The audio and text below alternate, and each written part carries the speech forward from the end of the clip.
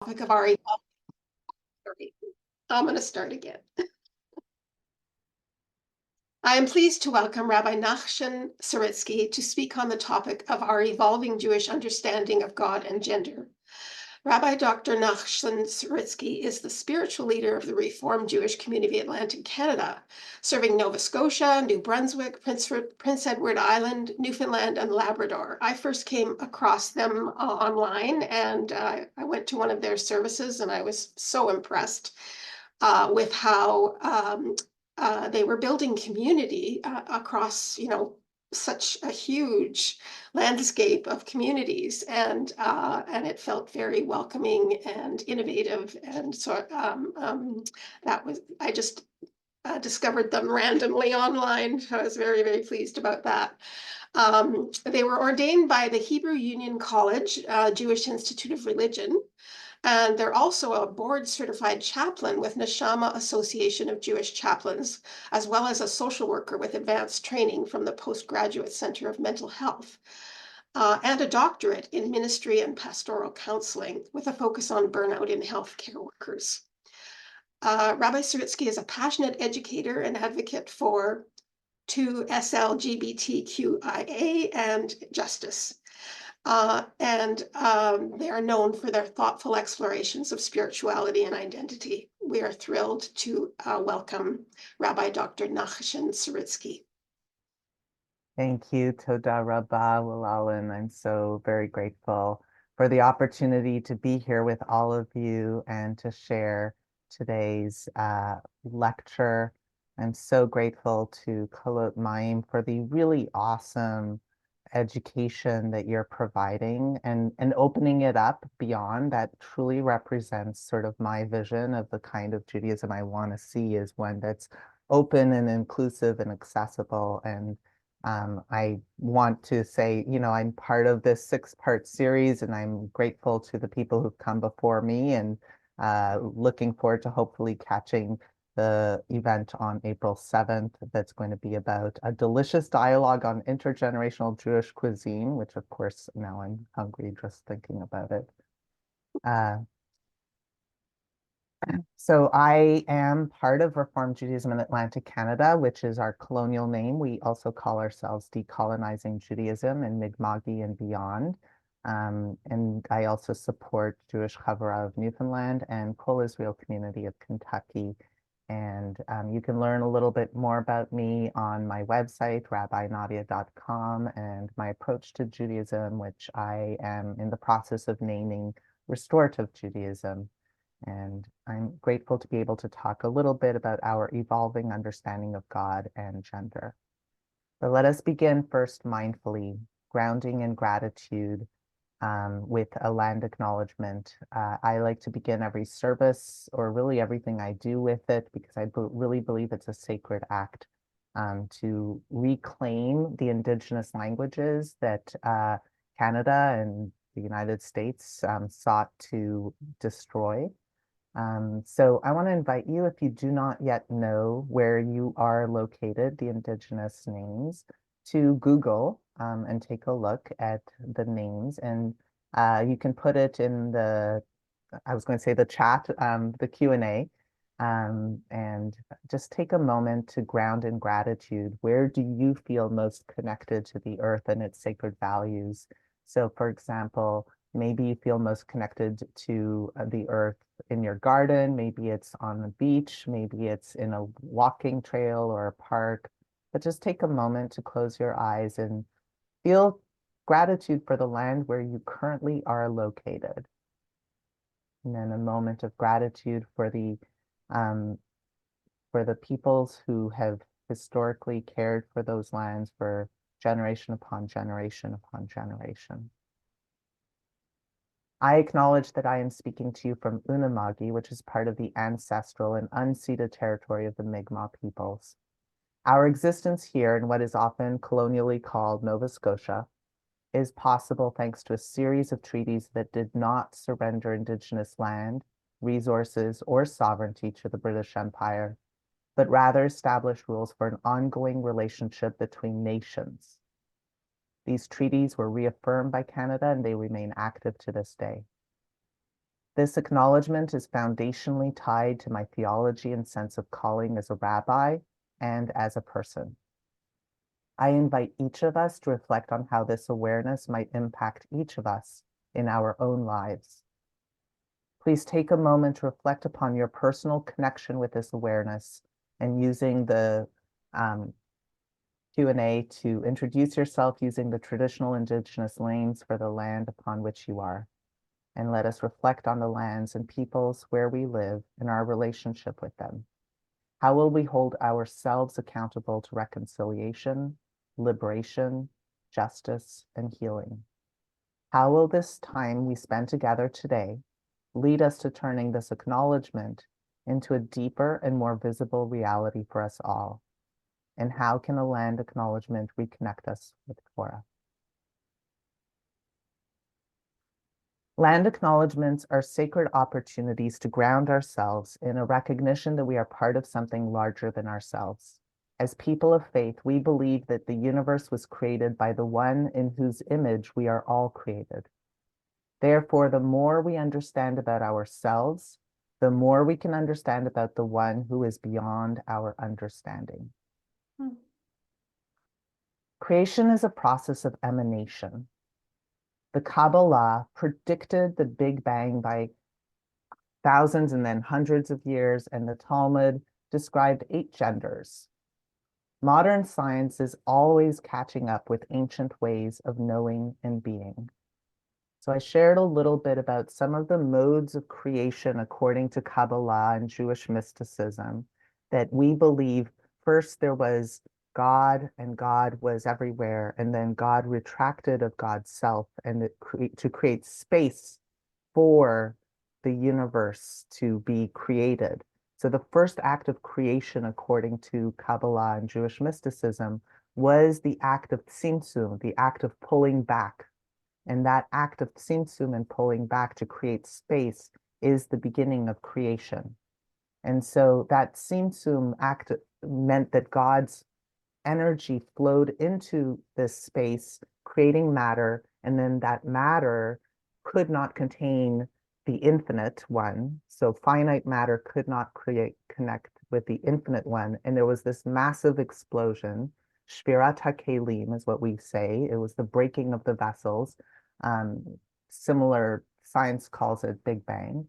But this notion of the infinite trying to enter into the finite, and really the only place where that infinite was able to finally rest was inside of each of us. So as God's energy flowed into the universe, each of us carry a spark of that divinity, and that is part of the larger complexity of creation. And you see here a variety of different Kabbalistic words and phrases that if I had more time, I'd be happy to get into more detail about. But what I wanted to at least create as a visual is this understanding of the complexity of creation and this idea that God's energy is flowing into creation. And that there are actually, according to, we know, some of us know the Kabbalah, the tree of life, the 10 spirot, the 10 sort of vessels of entry of God's light and energy into the universe and into ourselves. And there are many different translations and versions of it and visuals because it's an evolving process. We believe creation is an evolving process. And it begins in stages. And the rabbis differentiated between 4 different stages, and that there are actually 4 trees of life that each one flow into the next. And so it goes from the world of emanation to the world of creation to the world of formation to the world of action.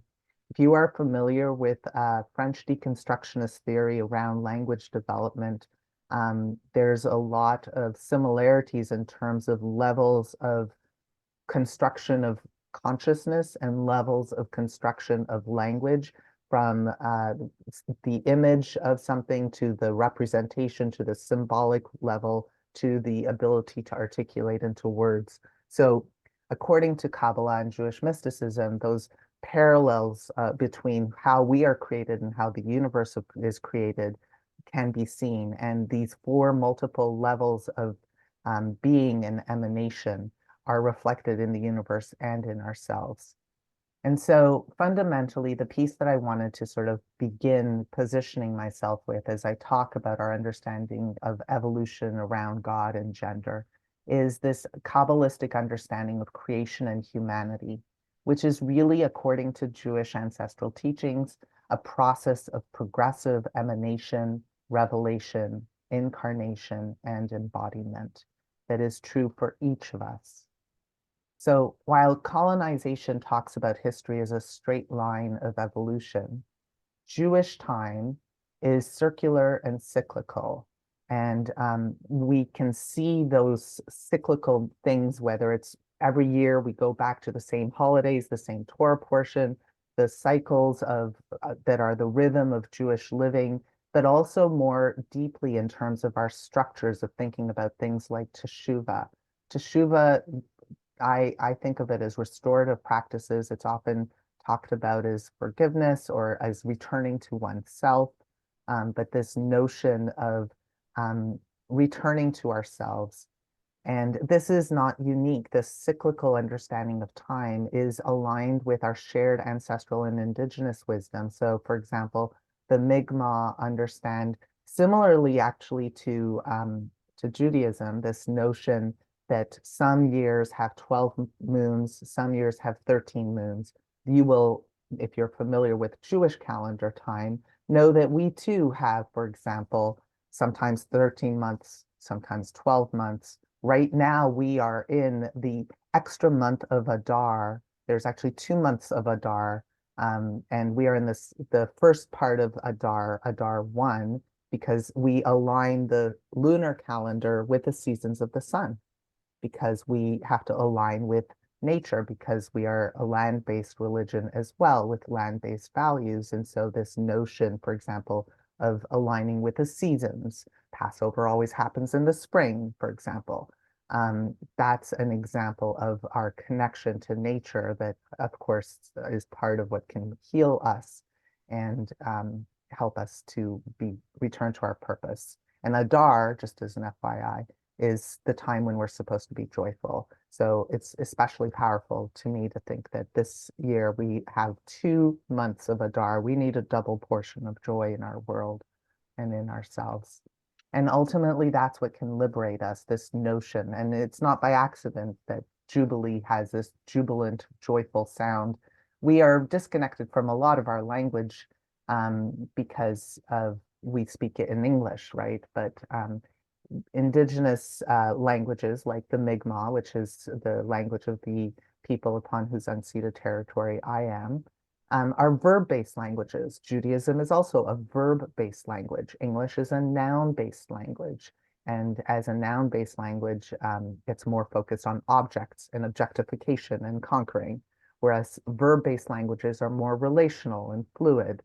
And, I firmly believe that the more we can reconnect with our ancestral wisdom that is contained in Kabbalah and Jewish mysticism and tradition, the more we can work to liberate ourselves and realigning with the larger rhythms of the universe. Because, for example, the Jubilee is this notion of how we can have reset moments to recalibrate that we can either do on our own or the universe will do for us by recalibrating us. But what is the Jubilee but the redistribution of resources so that the poor don't get too poor and the rich don't get too rich? And that's within our biblical Hebrew scripture teachings. And certainly, I think a process that would be interesting to think about how could we apply it to our own day and realm.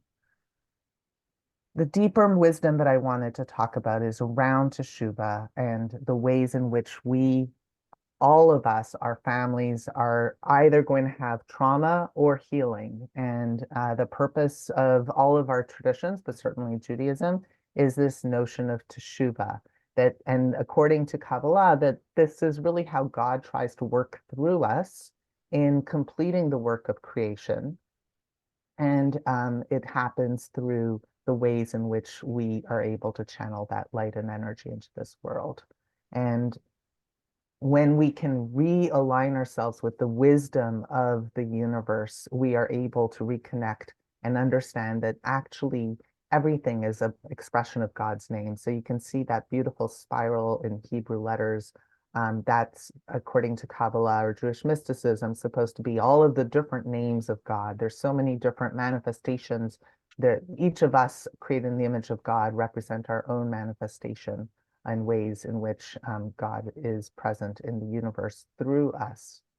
And that is ultimately what Judaism tries to teach us. So when we think about the ways God manifests through us, the ultimate last level of incarnation, although it's really just holon, so each one contains the essence of the next. So too, God's energy flows through our bodies and flows through us in different ways. And knowledge, that is what ultimately helps what is inside of us be expressed and chosen and articulated and flow forth out into the universe. And Kabbalah talks about how there are two different ways at the beginning that God's energy flows through the keter, the head, the top, through the will, the desire, ehyeh, I will be, who I will be, that creative process. And then it can flow through masculine and feminine aspects, and that each of us contain elements of both. And our goal is to always be in alignment with all of the different ways in which God flows through us, both masculine and feminine, according to Jewish teaching. And of course, this world has so much brokenness, which is part of how the world was created, with those shvirat hakelim, the brokenness, the Big Bang, the ways in which the world is still imperfect. And that's why there's so much pain and suffering in this world. And our purpose, the reason we were put on this planet, was to complete the work of creation.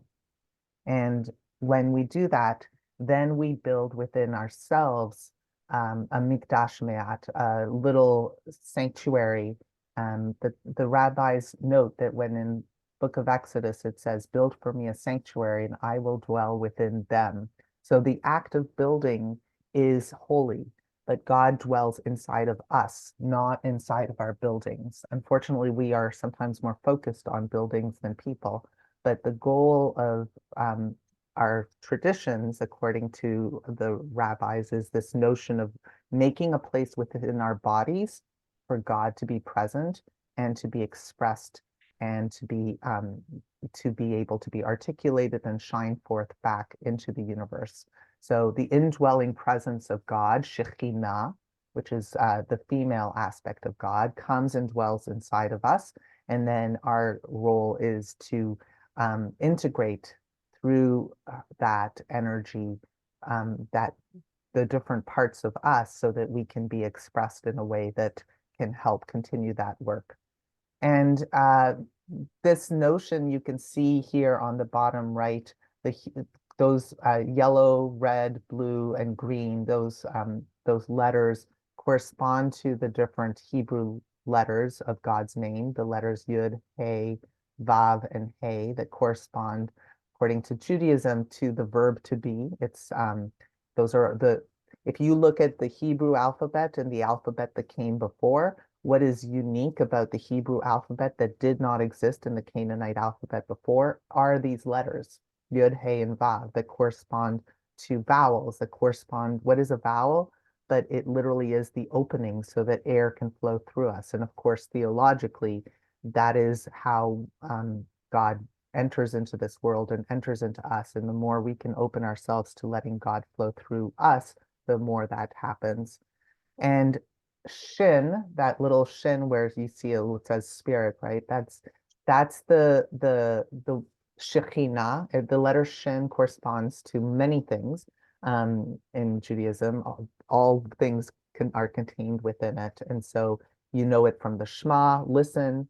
You know it from the shin on mezuzah, on the doorpost of your house. This is how the priests in ancient days used to bless, so that it says in the Talmud that God's energy flows through our fingers into the universe when we make this posture. But what is the shin, if you really think about it? This letter of the double shin is it's three, right? So it's the ultimate non-binary. When we say Shema Yisrael Adonai Eloheinu Adonai Echad, what we're really saying is God is one. Hear, O Israel, the Lord is our God, the Lord is one. And that one is contained in the Shin. When we can listen past the binary, then we can make things whole. Then we can create unity.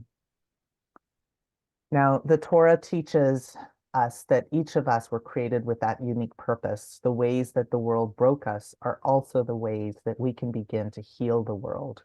And we heal by becoming more ourselves, by letting God's light flow through us.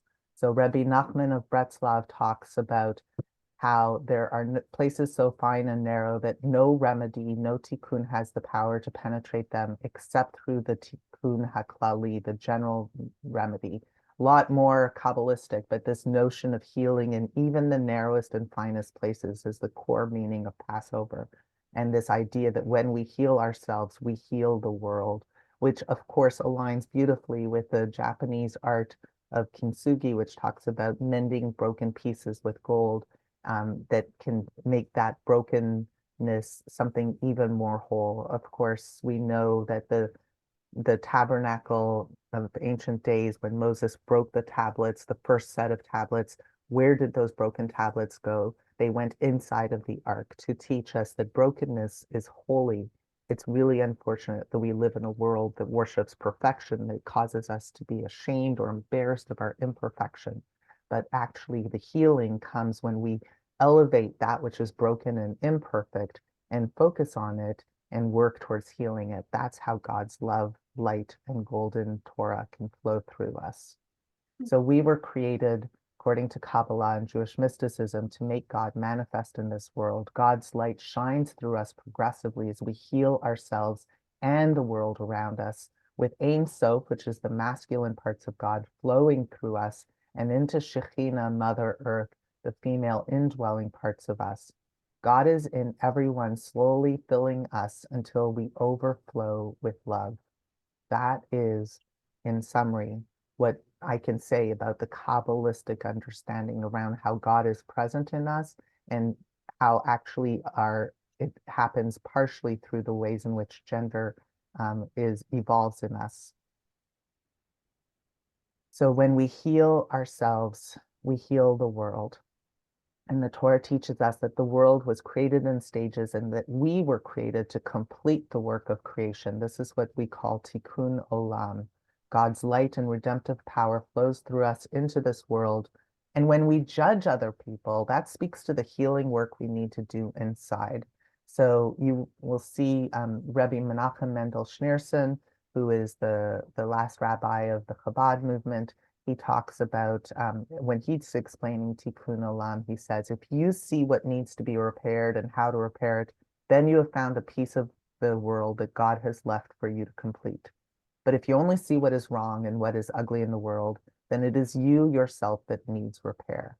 We see what is inside of us that we need to work on. That is how projection works. That is how reaction formation works. That is how all of our psychic sort of unconscious defense mechanisms work, according to therapeutic principles as well. But before the therapeutic principles had that idea, our ancestral teachings were already talking about that. And it is, I think, a really important light to think about when we think about people who have issues around gender. What is it in themselves that they are struggling with? And what does that reflect? And the goal of all of our journeys, according to Rabbi Nachman of Breslov, is to bring us towards our essential point of truth, which is our vitality and our power and the ways God can flow through us into this world. And so when we see that brokenness, we are tempted to run away or hide it. But instead, if we could embrace it, we can begin the healing process. So we keep evolving and updating our understanding of God and how God wants us to live in this world as the world continues to either evolve or devolve. These are the cycles, and we keep learning or unlearning. The Torah is a blueprint for the world, and the world is a decoder for the Torah.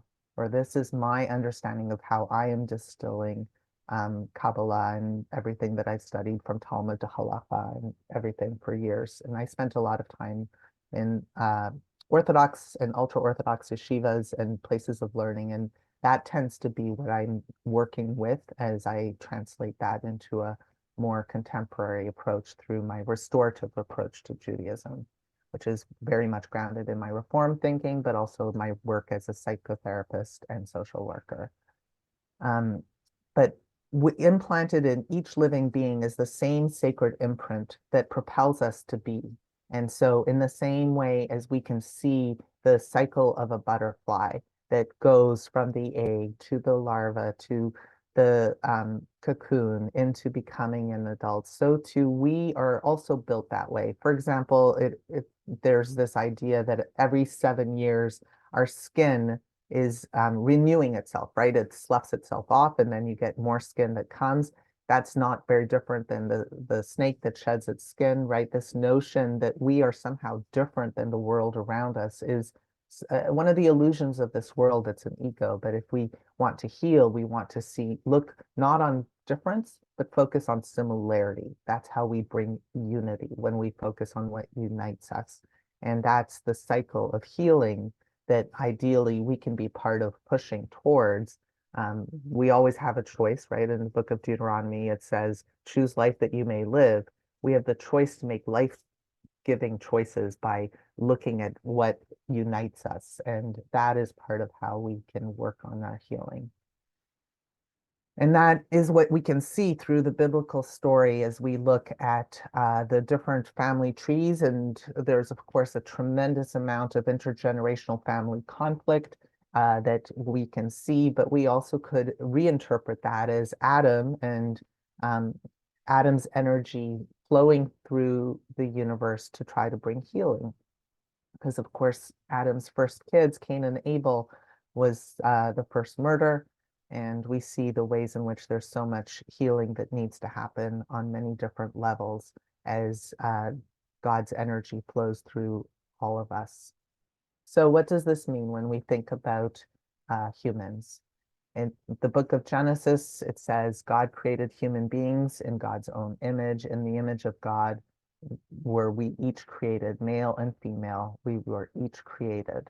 And we know from a Kabbalistic perspective that God is deeply planted inside of us, and that our purpose is to make that manifest out. So what does this mean in terms of gender? It does imply, according to this notion of God being both male and female, if it says God created both. And of course, we can think just even historically that part of what we can understand about the Torah is this notion of trying to advance a more progressive understanding of the universe into this world. And that's the spirit of Teshuvah that is pushing through us. So the rabbis in the Talmud, when commenting upon this question of who is the first human, they said the following. In the hour when the Holy One created the first human, he created him as an androgynos, which means having both male and female sexual characteristics. As it is said, male and female, he created them. Now, of course, if you're familiar with Talmudic thought thinking, we believe that there's no right or wrong. That's a binary concept, that there's many different perspectives, and we have to include as many of them as possible to get closer to approximating the infinite truth that is beyond us. So Rabbi Shmuel Bar Nachmani said, in the hour when the Holy One first created the first human, he created for him a double face and sawed him and made him a back here and a back there, as it is said, behind and before you formed me. So that's the rabbi that's trying to somehow align chapter 1 Genesis with chapter 2 Genesis, and saying we were cut in half. So there was a first person that was whole, and then that person was cut in half, and that's what makes us seek the other in order to find that wholeness once again. And the Mishnah, which was written between the years 0 and 200, state that the androgynos is the kind of person who in some ways is like men, and in other ways like women. In other ways, he is like men and women, and in other ways, he is like neither men nor women. So we see this notion of gender fluidity, including non-binary agender identities, being deeply authentically recognized as just part of the universe, and the universe that exists in the Talmud, our most sacred text, tracing over 2,000 years ago. The Talmud actually outlines 8 genders. So we think of only 1 and 2, Zachar and Nekeva, male and female. However, there's the androgynous that has both male and female. There's the tumtum that doesn't have either, so we might call it non-binary in our current language. And then there's others, people who are identified as one and then naturally might develop other characteristics, or that might choose through human intervention. So Elonit Hama and Elonit Adam. Saris Hama, Saris Adam. So this idea that either the universe is going to, and we know now scientifically that some people do develop those characteristics differently at differing points through their, maybe through puberty or through other ways, or through their own choices. So according to the Talmud, all 8 of these are just the ways in which humans exist on this planet. So anyone who says that non-binary or agender or intersex doesn't exist or is not Jewish is not fully speaking from the ancestral traditions of the Talmud and of our rabbis through the generations. Now, are there on occasion some colonized rabbi, for example, in the year 1000, there in Eastern Europe, there were some rabbis who said, for example, oh, we should be monogamous because otherwise we are being targeted for by Christians who are coming for the Crusades to kill us. And so we want to avoid that. So this is something that is a point of contention. So we are going to rethink our ideas on monogamy. And we see that in Muslim countries, a lot of Jewish people had a different approach, and all of that, those differences are very geographically based. So of course, Judaism evolves based on geography because Jews have been kicked out of everywhere that we've ever lived. So that means that we have gone in lots of different countries and we've adopted and learned from our neighbors and taken that back, which is of course what I'm trying to do now as I work to restore and reclaim what Judaism was meant to be by learning from the indigenous peoples where I live about what are those shared ancestral teachings. But what is clear, what is true, is that according to the Talmud, there are multiple genders and perspectives that exist. And that's how the rabbis understood Abraham and Sarah having difficulty in having a child. They were like, what? And I just did this gender affirming surgery on myself, and what? No. So the rabbis said Abraham and Sarah were originally tumtumim, which would be agender, non-binary. And so that is why they, according to the rabbis, had difficulty believing that they were going to give birth to Isaac.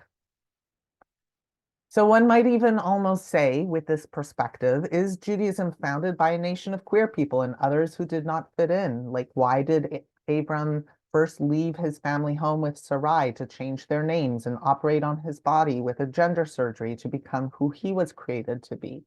That is perhaps one way of thinking about Judaism. Certainly it's the way that I bring as I am, going through my own gender transition. I'm less than 1 year in of doing that journey myself. So when I think about the story of Abraham and Sarah, I think of it, and I'm aware that this is true for everyone, not just for me, at least, but it's best when we're aware of how we insert our bias into the interpretation, but that's also how we expand interpretations. That's how we make it come to life. And the goal of making the Torah come to life is when we bring our own ideas and perspectives and questions and thoughts around it.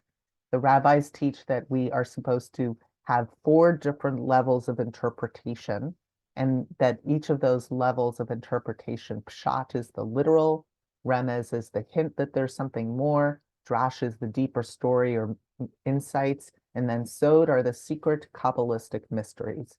And they may seem that they contradict each other in our limited human brains, but God is infinite. And from a Jewish perspective, when we can have multiple coexisting truths simultaneously, then we reach Pardes, which is all four of those letters, Pei, Resh, Dalet, Samech, coming together. Pardes, of course, is the Hebrew for paradise, this notion that we get closer to living in the world that God wants us to live in when we can have multiple co-occurring truths simultaneously. Modern psychotherapy also confirms that, for example, people who are borderline, the kind of people who maybe are deeply wounded and their trauma causes them to split and be unable to have seemingly conflicting feelings at the same time, that actually the way to heal them therapeutically is to allow both of those seemingly conflicting, say, happy and sad, or those seemingly conflicting perspectives simultaneously. Again, non-binary is the healing option when we can come together and see beyond what we think we understand. So Kabbalah, as I understand it, is one way to understand our inherited texts so that they make sense in our world, because a lot of times literal interpretations don't understand. And that's how we can reconnect with the way life was supposed to be when and the vision of what might be possible, which Eden is meant more as an aspirational kind of goal, is according to this interpretation.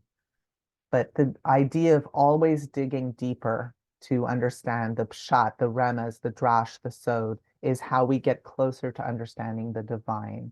And when we can do that, then we can see that God's love and energy and truth is present in everywhere and in everything. And this is what aligns with all of the Kabbalistic teachings as well. So when we understand that, we can see that the story of creation and all of our intergenerational conflicts and the intergenerational trauma that has been passed down since Adam's first expulsion, which we can interpret in many different ways. I like to think of it really as sort of the early traumas of even just being severed from the umbilical cord. Birth itself is a trauma, right? So how do we take those traumas of being human and not perfect, and how do we deal with them? Do we come at it with anger, or do we come at it with compassion? And the decisions is what will lead to either global catastrophe or to global healing. And that is our purpose.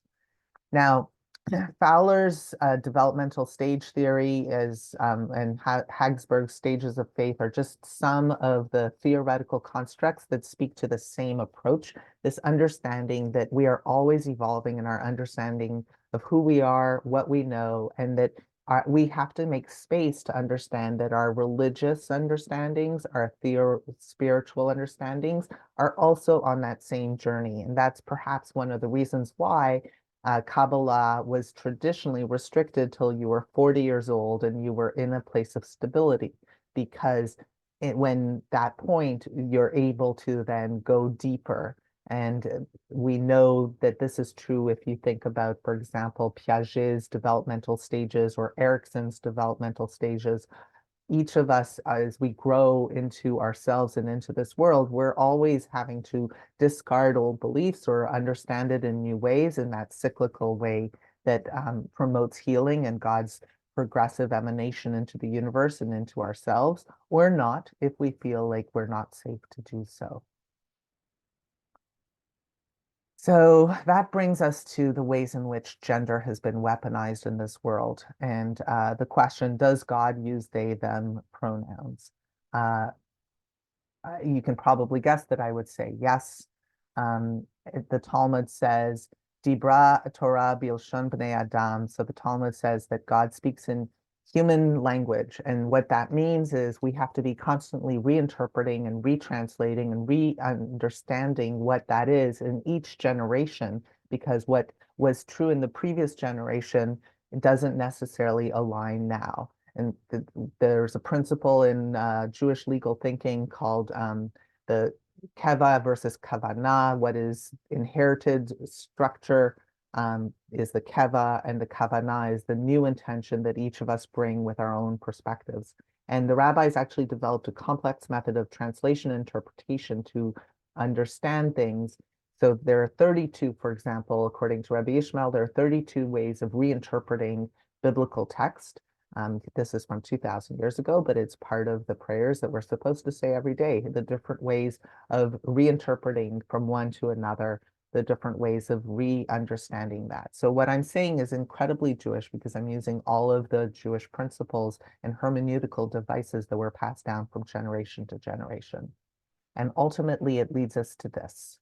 I, thou, we are created in the divine image. When we see God in one another, we will know God. And Martin Buber talks about how we can either see people as I, thou, and as reflections of the divine, or we can see people as I, it, as objects to conquer and exploit. They're only for our purpose. So I go to the supermarket, and instead of talking to the person at the cash register, I am on my phone and talking to someone else, and I'm treating them like they're my servant to bag my groceries. That's an example of an I-it interaction, as opposed to I-thou, where I enter into a sacred conversation and say to them, what can you teach me about God? And maybe not overtly, because they might, in our world, not respond well because we are afraid of the spiritual truths of this world. But at the very least, how can we be learning from each other? I kept this picture on the other side. This was one of the many different pictures that exist about the intersexuality that is possibly pretty common in genetic ways for a lot of us, but we don't talk about enough. There's so many non-consensual surgeries that happen to children. That's a whole different topic. But I wanted to share this simply to talk about the fact that there is this fluidity of gender that has always been part of Jewish thinking. And that's one of the reasons why God, in Hebrew, we say Elohim. That's plural. So of course God would use they pronouns. The concept of our pronouns this is a conversation about English, and English is Britain. It's the colonizer language, right? So we're having this struggle of translation, but yes, God would use they pronouns. And the rabbis also say, turn it and turn it, for all is contained within it, or ein hadash tachat hashemesh, which comes from Ecclesiastes. There's nothing new. And what we're talking about here when we talk about gender diversity, it's not new, and it's not new to just Judaism, right? It's true in lots of indigenous cultures across the world. So how much of what we hear or think we know about what religion or God wants is really just like a really bad broken telephone game from one generation to the other, each of us saying what we think we understood based upon our own positionality and trauma and biases and just human limitations and failings to fully understand. And how does that lead to a misunderstanding of these sacred truths? So what is the real sacred goal? To re-distill everything and be like, well, let's go back and what was the true intention? If all of the indigenous cultures around the world all talk about gender fluidity, two-spirit, for example, the two-spirit were here first, then maybe we have to rethink that. And of course, two-spirit in indigenous cultures are the people who can see from more than one perspective, which is this, right? If I can see life from the perspective of a male and the perspective of a female, then what that means is that I can see through more people's perspectives, and that is healing. This is deeply part of Maimonides in the Middle Ages, the great Jewish philosopher and medical doctor who talks about negative theology. So you can't say God is good, because as soon as you say God is good, the word good is way too limiting. So all words are limitations, all genders, everything is limiting. God is greater than the word good. Now, God is not good. So you can do negative theology. You can talk about what God is not, but you cannot talk about what God is. And so that's true even in terms of talking about gender. Ultimately, we know that there's aspects of male and female that fluidly flow through each of us at differing times in differing ways, and that land based upon our own biological, chemical configurations in ways that will look unique and different for each of us, and that the purpose of creation is for each of us to have that whole fluidity shining through us. And that's why when we talk about God, we call God Hashem, the name. We don't even pronounce God's names. We have this tradition of 72 different names of God. And I put a couple of them here, but you can see sort of some of the ways in which God will be many different things. And what did God say in the burning bush to Moses? I am who I am. I will be who I will be. I was who I was. Now that's so confusing in English because English has this concept of time, past, present, future. Hebrew doesn't have that. That's modern Hebrew does. Okay, fine. But in biblical times, there's this concept of perfect and imperfect. Perfect just means like whole. So either something is complete or it's not yet complete. And that's the only way to sort of conjugate, really. That's the primary way. So God is, God will be when we will be is perhaps the best way to translate God's name because the letters Yud, Hey, Vav, and Hey correspond to being. And we can see variations of that in differing parts of the alphabet, differing ways. How do we begin to think about early versions of the alphabet and who are we becoming and what does that mean to each of us? That is when we are thinking about that notion of God is greater, but our language is imperfect. And so maybe we should spend less time arguing over language, especially colonial language like English and grammar, and more time focused on spirit. And so that's the way that we can reach unity when we can understand that our ideas of what God is actually a form of idolatry. But words matter. And the word abracadabra, for example, in Hebrew, abracadabra means I create with my words. And we do believe that language can matter in some ways because it has been weaponized against a lot of people, and so it can be healing. That's one of the reasons why, according to Jewish tradition, when you pray, you have to at least whisper so that the words can flow through. And each of us have one letter in the Torah, and our task in life is to discern who we were created to become and shine that into the world by articulating that truth. And learning who we are, that is the ultimate goal that can allow for God's light and energy to flow through us. And that is the real purpose. And so we can look to nature to understand how there is a lot more fluidity when it comes to gender in all, whether it's flowers, whether it's in animals, whether it's in people. This notion, actually, the perfect flower will contain both male and female components, right? That notion that two-spirit is something not to be reviled, but to be celebrated. That notion is very much part of Jewish thinking as well. Adam Kadmon, the first human, was someone that had both in it. And it's the process of life's history and trauma that maybe has caused us to miss out on that point. So just a few words. Obviously, there are a lot of different terms, and sometimes it's confusing. I've been trying to stay general, but I think it's important that we're aware that there's a need to differentiate between sex, between gender, identity, attraction, expression. These are all separate concepts. And it matters because because it's sometimes weaponized. And so we sometimes might be afraid of doing things wrong because we're afraid that we're going to upset someone, but actually practicing and asking questions and doing research can be really life-saving and is really important. But it's important to understand that identity, expression, sex, gender, and orientation are all very different. And that according to the current understandings, and certainly according to my understanding of Judaism, everything is on a continuum that continues to evolve. Ideally, It comes from what is true within us and not what we're afraid to be because other people might hurt us. But that's at the core part of what Judaism wants us to understand. Ultimately, what we can take from this is this notion that binary thinking is not Jewish, and actually binary thinking is colonial thinking, that life is way more complicated.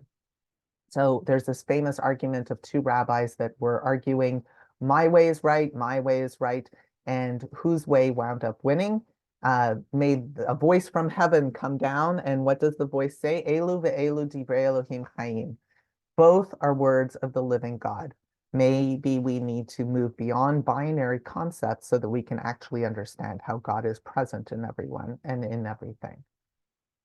So this is not new. Ein chadash tachat hashemesh. Nothing is new here. Two Jews, three opinions is the joke, right? So this notion of there's only one way that's right or wrong is actually a legacy of colonialism that is important to be thinking about. But that fluidity, multiple truths coexisting is the Jewish way of thinking about this. And the idea there's only one way or the wrong way is actually a form of idolatry, according to Jewish thinking. But we live in an upside world. And of course, what I'm saying is very rarely said out loud because we live in what the rabbis call olam hafuch, an upside down world. So if ever you were to come to attend any of my services, which is open to anyone, anytime, it's virtual, so you can join from wherever. I have started leading services backwards because we live in an upside down world. So I start with the prayers for death, Kaddish, and then the prayers for healing. And then I end with kindling the Shabbat lights. Why do I start with death and work my way towards life? Because we live in such a depressing world that we have to make space for grief. And we can't be starting with happy songs, in my opinion. That's my trauma-informed therapeutic perspective on it. But the deeper goal is to simply understand that what we think is true is just a pale reflection of something much larger, according to Kabbalah, and that our spiritual task is to discern beyond what we think we see to understanding something greater. Unfortunately, we live in a world where the literal is what we believe. So people interpret the idea everyone has one letter in the Torah, and you probably are familiar with these like fundraising strategies, like buy a letter in the Torah and you can have someone pay to help you write a letter. And this is a very mercantile, literal interpretation. But the goal is to really just understand we each have a letter that we were created to represent and to understand it more spiritually, allowing ourselves to really, and that's what Reformed Judaism is about. It's about retranslating for the next generation what we heard, and then letting the next generation translate what we gave them for their generation, understanding that there is continuity only when we stop resisting that reinterpretation. Because colonization has affected each of us in different ways, but so much is mistranslation problems. But if only 13% of Jews in North America even understand or speak Hebrew, then of course, much of what we think we know about Judaism is perhaps impacted by the way we learned it. And so we need to restore our own understanding of Judaism and of ourselves to translate things back to what they were intended, because I think there's been a very bad broken telephone game that has happened. But the Talmud teaches us how to live in two worlds and how to translate what we see and experience from one realm to the other.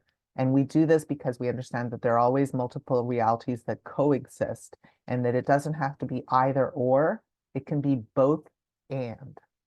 And this is part of reclaiming the Jewish teachings around naming, understanding that a lot of times we were afraid of our own Jewishness, especially in America, because we weren't safe and because we were fleeing persecution from whatever country we came to.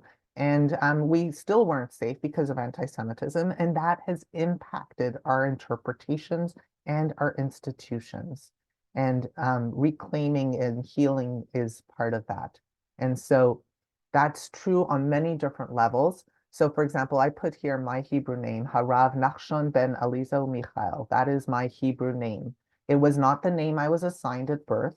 The name that I was assigned at birth did not match my actual gender identity. It was on loan to me until I figured it out for myself.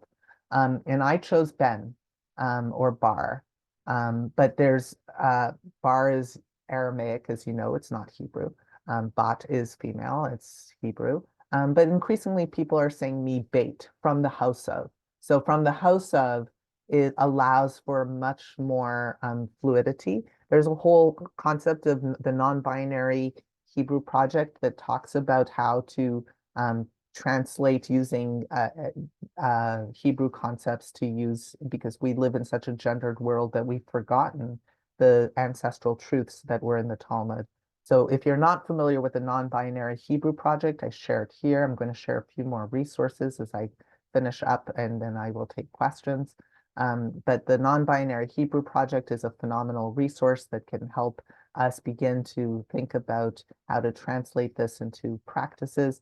And it's still not enough, but it's a closer approximation. Each generation continues to reinterpret and refine what it received to the next generation in this ongoing version of becoming who we were created to be, and understanding that each of us are variations of ways in which God flows through us, and we will pronounce God's name when each person is able to shine their light fully into this world. And that is what Kabbalah and Jewish mysticism tries to teach us, this notion of how humanity was created from the intersex to the different variations until who each of us are in our own day and era. We are all on a continuum, and this is part of a larger form of diversity. So for example, all identities actually exist on a continuum of power and privilege. Kimberly Crenshaw, the African-American theorist in the States, talked about intersectionality and the ways in which gender is part of a much larger set of identities and ways in which we each live and have experienced oppression or healing, depending, or privilege, depending upon where we are located. And unfortunately, trauma and intergenerational trauma impacts us in lots and lots of different ways. I know you've already had a chance to hear from my colleague on this in greater detail, but it is a topic that I am very passionate about. So I wanted to at least recognize the ways in which that shows itself with gender violence, for truly gender in all of its forms has been weaponized, and it's part of the colonial legacy. It's part of why, for example, the missing and murdered Two-Spirit women and girls of Indigenous, and not just Indigenous, unfortunately, we see there's a lot of violence towards gendered people across. But it's important, it's part of the colonial method that tells us there's one right way, one wrong way, there's good, there's bad, and that's what ultimately can cause us harm. And so actually, we have to decolonize gender and understand that actually there's multiple ways of thinking about gender across the planet. And many Indigenous cultures have this notion of diverse genders that exist. And so the binary concept is actually false. Jonathan Boyarin is one of, and Daniel Boyarin are some great writers who talk a little bit more about colonization, about gender. Of course, learning from our Indigenous siblings and neighbors about the ways in which Two-Spirit exist and are actually cherished, valued elders with deep healing wisdom. That is perhaps how we were created to be, but unfortunately in our upside down world, we are missing that. We live in a world where unfortunately their gender and gender expression was weaponized as part of colonization, and it continues to be to this very moment. And so it is also true for Judaism. If you're not familiar with Daniel Boyarin's Unheroic Conduct, this was written a couple decades ago about gender in Judaism, and is a really brilliant book. And he argues that Jewish ideas of masculinity were developed in opposition to Greco-Roman ideas as an oppressed minority group, and so too with gender and sexuality more broadly. So we have to be thinking about decolonizing gender and the ways in which Christianity and religion as a whole was utilized as a weapon. And certainly that's true for us.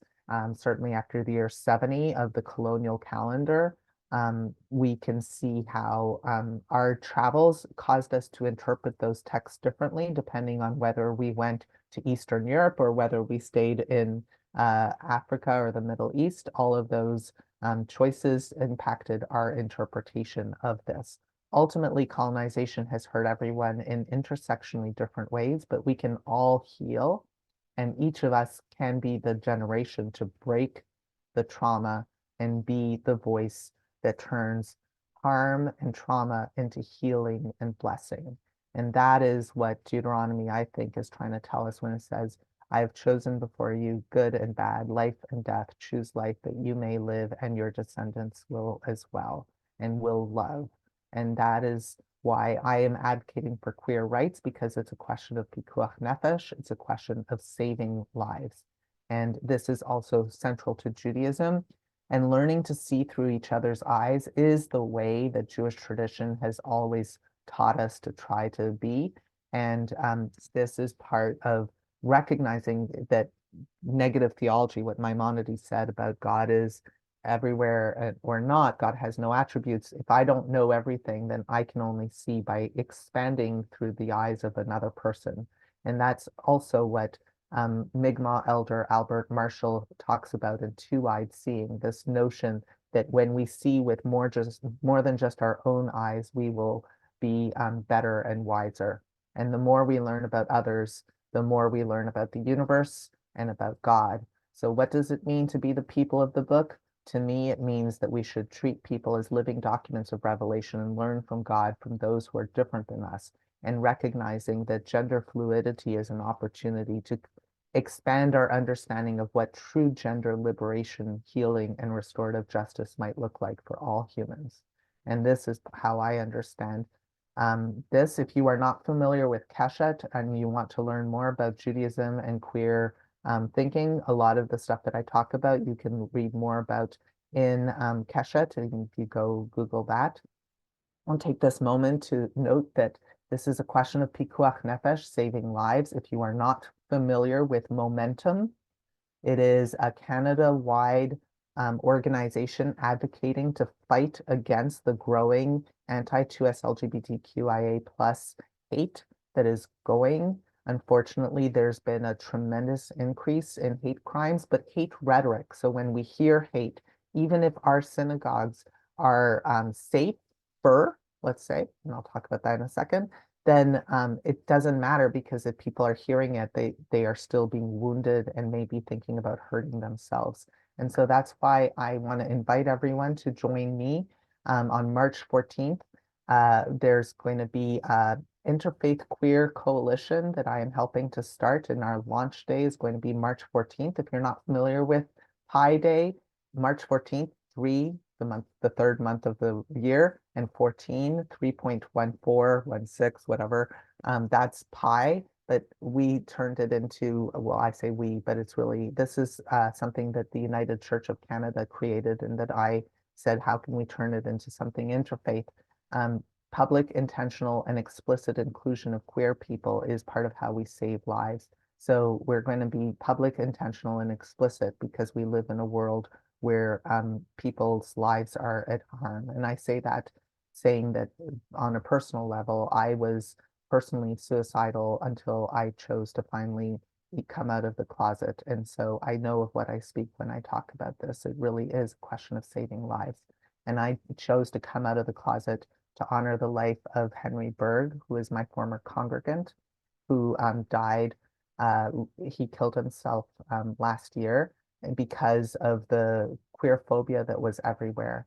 And I chose to came out in response to that, to honor his legacy so that no one else would ever do that. If you go to my blog, rabbinadia.com, you can find out more about that and read the article that I wrote that is specifically about realizing the power of role models, visible representations, because, and he, I wasn't out at the time as transgender. And so when he couldn't access bathrooms in his school, I tried to speak out, but I was not as effective as I could have been because of my own closeted trauma. And our world is still not safe, and our synagogues are not safe. We have men of Reform Judaism, sisterhood, women of Reform Judaism. We have gender specific and gender exclusionary programming. So the United Church of Canada has GSAs in every church, and affirming church. They have a whole process to make all of their churches affirming, safe for people from the 2S LGBTQIA plus community, GSAs, gay straight alliances, gender sexuality alliances. They are life-saving. They're in schools everywhere, but are they in our synagogues? How many of our synagogues have these? This is a question of pikuach nefesh, saving lives, and this is part of restorative justice. How can we as synagogues, we didn't know better because we lived in a colonial world where we had brotherhood and sisterhood events and we thought that was good. But now we know better. And so now that we know better, can we do better? What does restorative justice and healing and creating inclusive safe spaces look like for Reformed Jews and for Jewish communities everywhere? And could we be creating new bar or bat mitzvah celebrations? Could we be creating new opportunities for people who were not safe in high school, who have come out since to experience who they were created to be in safe and holy, sanctifying places? This is part of a restorative approach to Judaism that I am praying that more of my Jewish colleagues embrace. If you are interested in learning more, I invite you to go to the United Church of Canada Affirming Ministries program. They have a toolkit, easy to use. I'm working with them to make it interfaith and inclusive for everyone. And I've been in touch with Reformed Judaism, the Reformed Jewish Community of Canada, and the Union of Reformed Judaism to say, how can we have every Reformed synagogue adopt this same process? Because that is how we save lives. And there's also the Legal Information Society of Nova Scotia has a phenomenal online resource called Moving Beyond the Binary. And it has HR guidelines and principles, how to make your organization meaningfully inclusive of two-spirit, trans, non-binary, and gender diverse people. And I really invite you to do that. It is the difference between life and death. And so just last reminder, hope you will join us on March 14th. You can find out more information at piday.ca, as well as service and resource for interfaith communities that I created for them. And if you want to learn more about me, rabbinadia.com. I once a month lead virtual services. I tend to upload those services onto my website so you can access them anytime. And I want to call attention to my hosts. I know I've probably gone over a little bit, so I will stop and take questions. And thank you all so very much.